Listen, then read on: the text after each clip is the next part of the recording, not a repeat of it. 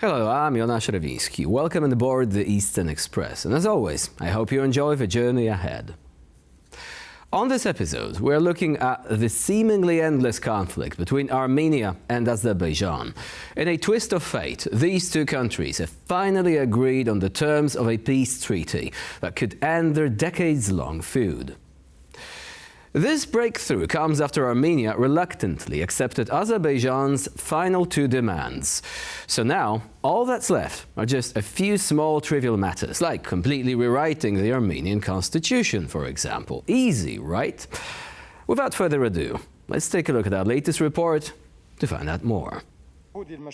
History's eyes are upon Armenia and Azerbaijan. The two countries have confirmed that they have finalized a draft peace deal to resolve the conflict between them. Armenia says it is ready to discuss the time and place to sign the deal. After all, pen has yet to be put to paper and anything can happen, which has already been the case.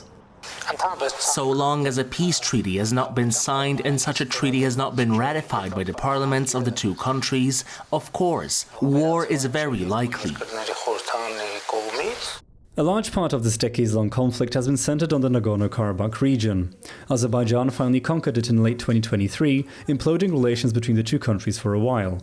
Since then, for the most part, the two countries have been searching for some common ground. Peace efforts have been supported by various other players like Russia, Turkey, and even the United States and the European Union. Progress has been made despite, let's say, the more controversial comments made by the Azerbaijani president over the course of the last couple of years. Armenian nationalists, war criminals and the so-called leaders of Armenia and Karabakh took these people hostage and poisoned their brains. Any peace deal will still have to be ratified by the country's respective parliaments. Should it be signed and put into practice, however, many expect it could lead to some degree of much-desired stability in the region. And now let's zone in on the East-splaining portion of our show. The Nagorno-Karabakh conflict has been one of the longest-standing wars in Eurasia. It has been the main point of instability in the South Caucasus for the last several decades. Here is a brief overview of what exactly the conflict is all about. The conflict concerns its namesake, the Nagorno-Karabakh region, and has been ongoing since the late 1980s. The unrest started during a referendum under which the region was to be transferred to then Soviet Armenia. It turned into a full-scale war in the early 1990s, following the collapse and dissolution of the Soviet Union. This war was won by Armenia and resulted in the expulsion of ethnic Armenians from Azerbaijan and ethnic Azeris from areas controlled by Armenia.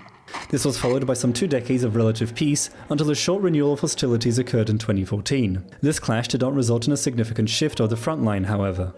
Late 2020, on the other hand, saw what is commonly referred to as the Second Nagorno-Karabakh War, which saw a major victory for Azerbaijan and resulted in thousands of casualties. A ceasefire agreement was established in the wake of the war, which saw Azerbaijan claim all of the territories surrounding the region and a third of Nagorno-Karabakh itself. Following a blockade in 2022, Azerbaijan launched a large-scale offensive against the rest of the region in September 2023 and swiftly captured the rest of the area. Although a ceasefire has been established once more, most of the ethnic Armenians in the region have already fled the area. And now, as always, it's time to examine the issue in greater detail. Now, Azerbaijani Foreign Minister Ceyhun Bayramov laid down the law insisting Armenia amend its constitution to officially eliminate any territorial claims against Azerbaijan. Of course, changing a constitution isn't like editing your Twitter bio. It's not something you casually do while sipping your morning coffee. It requires a referendum. Armenia's Prime Minister Nikol Pashinyan has already announced one in February. And look, we all love democracy, but let's be honest, holding referendums is risky business. Just ask Britain how that Brexit thing turned out. Yet, despite these hurdles, experts see real potential here. Richard Giragotsian of the Regional Studies Center in Armenia called this an unprecedented breakthrough in what was deadlocked diplomacy, which is diplomatic speak for "we really didn't think this day would ever come." He also pointed out, wisely, that maybe, just maybe, Azerbaijan shouldn't expect Armenia to rewrite their entire national rulebook as a prerequisite for signing the treaty. Giragosyan suggested both sides should first sign the treaty and then continue negotiations. Makes sense, right? Like buying IKEA furniture. You sign the receipt, you take it home, and then spend the next 3 hours figuring out what goes where. Skepticism still lingers. Armenians remain wary, suspecting Azerbaijan might keep raising the stakes, demanding more concessions until the treaty looks like an Armenian shopping list for total capitulation. This is understandable, given their recent history. With memories of the Nagorno-Karabakh offensive still fresh, asking Armenia to trust that Azerbaijan's peace deal isn't just a Trojan horse filled with unpleasant surprises is like asking you to trust the email from a Nigerian prince promising you millions. On top of everything, the two countries haven't even agreed yet on when or where the peace treaty will actually be signed. Armenia wanted a joint statement to celebrate the agreed terms, but Azerbaijan turned it down quickly. So, what now? Well, optimism, mixed with a healthy dose of the "we'll believe it when we see it" brand of skepticism, remains a reasonable option. Because achieving lasting peace here isn't just about signing a document, it's about rebuilding trust after decades of hostility and heartbreak. If Azerbaijan and Armenia can finally bury the hatchet without immediately digging it up again, it could reshape the entire Caucasus region, possibly forever. And let's be honest, the region could really use the break. Decades of conflict have exhausted both sides, so for now, we watch and wait, hopeful but cautious, because while peace might be within grasp, the path there has some twists and turns left ahead. And now, here to shed more light on the issue is Sultan Zahidov from the Center of Analysis of International Relations. Hello and welcome to Eastern Express. Hello, thank you very much for inviting me. So let's begin our conversation about the possible peace deal with a quote from the Minister of Foreign Affairs of Azerbaijan, Mr. Yehun Bayramov, who said, and I quote, "As the next step, Azerbaijan expects that Armenia will amend its constitution and eliminate claims against the territorial integrity and sovereignty of Azerbaijan." So can you tell us more about this? And do you think that this could be an obstacle in the process of finally getting this peace deal done? Well, this is a real obstacle which has put forward by Azerbaijan even before. As you already mentioned, the last week, their progress has been declared by ministers of the foreign affairs of both states with respect to the finalization of the negotiations on the draft peace agreement. But there are certain obstacles which has to be overcome as well. And one of those obstacles is the constitution of Armenia. I have to mention that in the preamble of the constitution of Armenia, there is a reference to the Armenian Independence Declaration, which was issued in 1990. And in that declaration, there is a point which openly stresses about the significance of unification of Karabakh with Armenia. And this is a clear territorial claim against Azerbaijan. So it's not the constitution itself, it's a reference to a different document, and that document actually includes this claim that you're referring to concerning the territories now controlled by Azerbaijan but formerly contested by Armenia. Well, actually, the territory, the Karabakh has never been contested by international community. There have been resolutions of United Nations, 4 resolutions, which clearly stated that those territories belong to Azerbaijan, and the occupying forces should be immediately withdrawn from those territories. So from a legal standpoint, as you're saying, this is the territory of Azerbaijan.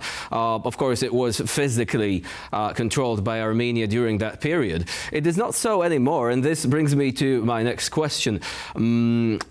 Armenia said that, okay, we're going to be doing a referendum on our constitution. There is no set date yet for it. So do you think that it would be necessary to wait until the constitution is amended, or should the peace deal proceed regardless, of course, with the condition that this is something that has to be done in order for this to remain in place? First of all, it has to be stated that last year in May, Armenian Prime Minister Nikol Pashinyan stated that he put forward the idea that the amendments should be made to the constitution of Armenia, and the deadline for those constitutional reforms has been designated as January 2027. So, which means that at least by that time, there would not be any constitutional changes in Armenia. So, therefore, there is a possibility that the peace process will be prolonged, because as long as there are territorial claims against Azerbaijan in Armenian constitution and other legal acts, it's not just about constitution, it's also about other legal acts such as parliamentary acts and so on. So as long as there are territorial claims, the likelihood of signing peace treaty in a very short period is quite murky. So, of course, we also have other issues which might be a problem here. Now, there were reports, according to some sources, there was an eruption of violence in the Syunik province, and Armenia claims that there was shelling there. Do we know anything about this incident? And also, do you think that it could actually have a bearing on the peace negotiations, even at this late stage? Well, of course, there are certain obstacles to the peace negotiations. And one of them, as I already mentioned, is the constitution of Armenia. The second one is the official existence of OEC Minsk Group. And Azerbaijan, on numerous cases, called upon Armenia to, let's say, demand to send an official application with respect to the denunciation of the OEC Minsk Group, and because those are the remnants of the previous conflict. And with respect to the border attacks by Armenia, it is true that in the last couple of days, Armenia on numerous occasions has opened fire on Azerbaijani positions. And taking into consideration also the fact that Armenia has been pursuing a very aggressive militarization policy in a couple of years, all these factors definitely, I would say, it endangered the possibility and prospects of the peace, not just between Azerbaijan and Armenia, but also in the entire South Caucasus region. But it's interesting to note that the place where this exchange of fire allegedly took place is located in the area of the proposed Zangezur corridor. Now, it's located between the Nakhchivan exclave of Azerbaijan and Azerbaijani territory on the other side. Do you think this could indicate that unless this particular issue, and it is a very difficult issue indeed, is resolved in a way that's mutually beneficial and acceptable, it could be difficult to conclude a peace deal, because there is always going to be instances of one side claiming that there could be some sort of outbreak of violence over the question of the corridor, and so on. And Armenia and Azerbaijan, they have very different visions of how this could actually work. So what would you say about this particular question? Well, as a matter of fact, the opening of the communication lines, including the opening of the Zangezur corridor, has been one of the preconditions put forward by Azerbaijan, as it was also, outlined in one of the articles of that trilateral declaration that ended the Second Karabakh War. Because Azerbaijan wants to get access to Nakhchivan, and Zangezur corridor will definitely provide such access. But nevertheless, so far, Armenia has been quite reluctant in the realization of this article, and Armenia has, on many cases, opposed to implement it.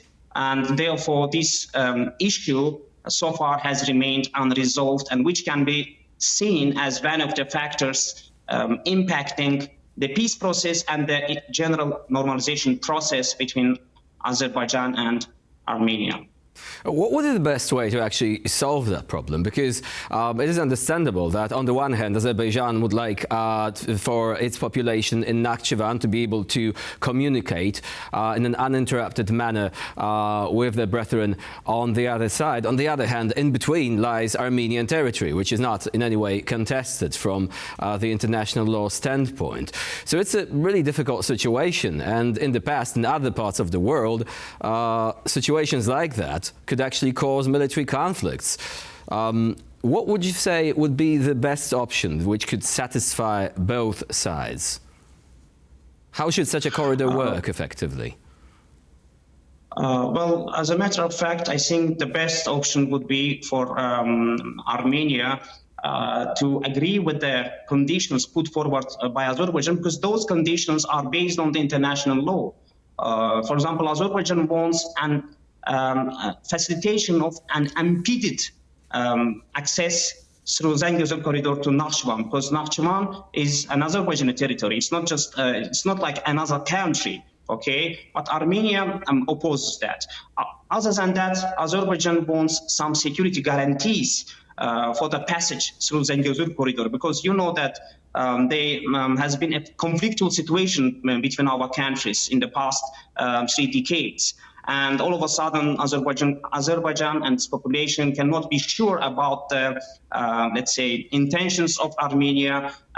They cannot be sure about the security in that region. So therefore, we also demand certain security mechanisms to be applied for the passage of Azerbaijanis from one part of Azerbaijan to another. So now there are also grievances, especially those related to the past, which could make it difficult for a peace agreement to be either signed or to be accepted in societies of respective countries. Following the end of the last conflict in Nagorno-Karabakh, Armenia is claiming that there was ethnic cleansing because its people were displaced. They were effectively forced to move out. On the other hand, one also has to remember the First Karabakh War. Again, hundreds of thousands of Azerbaijanis had to move out from that region at that point. So do you think that reconciliation is possible within this or the next generation, or are the memories of that on both sides still way too fresh to even consider that? Well, reconciliation, I believe, is possible.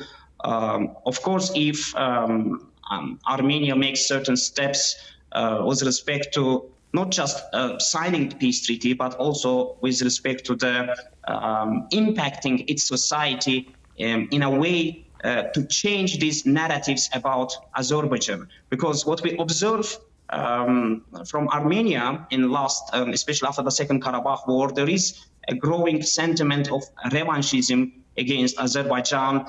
For example, in the last months, the oppositional parties, they have gathered, and in that meeting, you could hear what has been uttering from their mouths. They were clearly putting forward territorial claims against Azerbaijan, and we can see and observe this revanchist sentiment. And once this revanchism and hatred is gone, then we can speak about sustainable peace, because peace is not just about signing a treaty.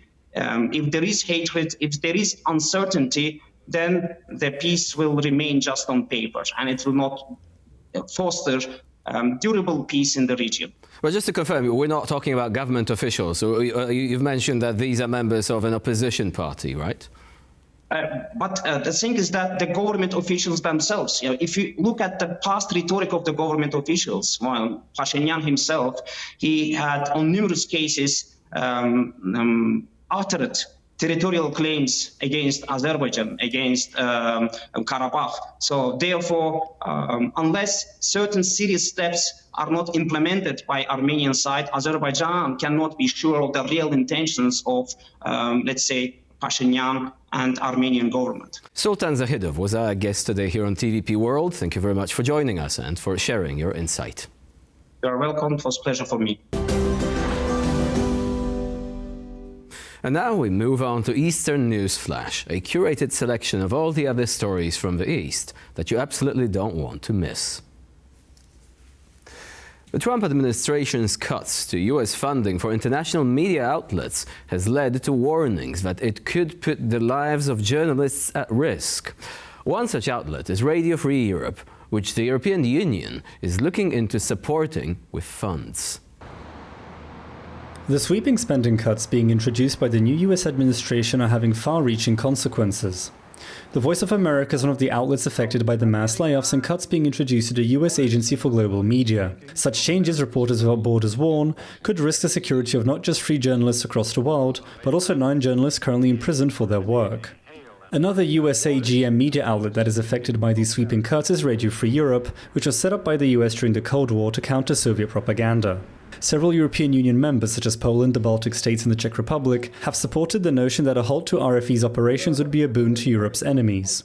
The European Union is currently looking into whether it can support the outlet and replace US funding. Russia's central bank has proposed limiting cryptocurrency transactions only to the wealthiest individuals. This would prevent most Russians from trading digital assets unless they met certain harsh criteria.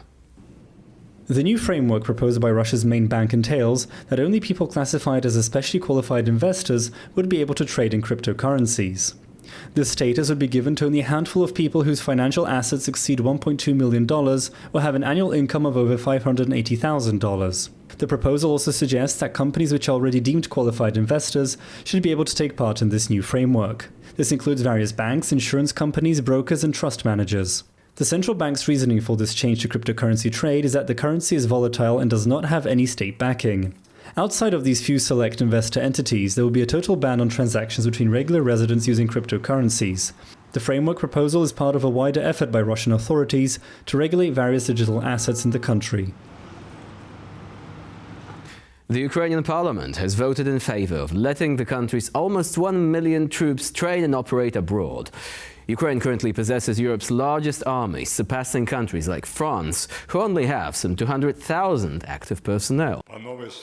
The law authorizing the deployment of Ukrainian troops abroad during times of martial law was signed by President Volodymyr Zelensky on March 17th. In a note explaining the decision, it was emphasized that the ongoing Russian invasion has shown the need to improve the current mechanisms involved in deploying Ukrainian forces. This concerns both individual soldiers and entire units to partner countries. The bill is also meant to enhance Ukraine's ability to receive and use military equipment, which is vital to the country's defense. The deployment of Ukrainian forces abroad is in line with the UN Charter. Ukrainian officials have also clarified that the law applies to all countries other than the aggressor state, and that the duration of particular deployments will be determined by the Ukrainian Ministry of Defense and allied countries.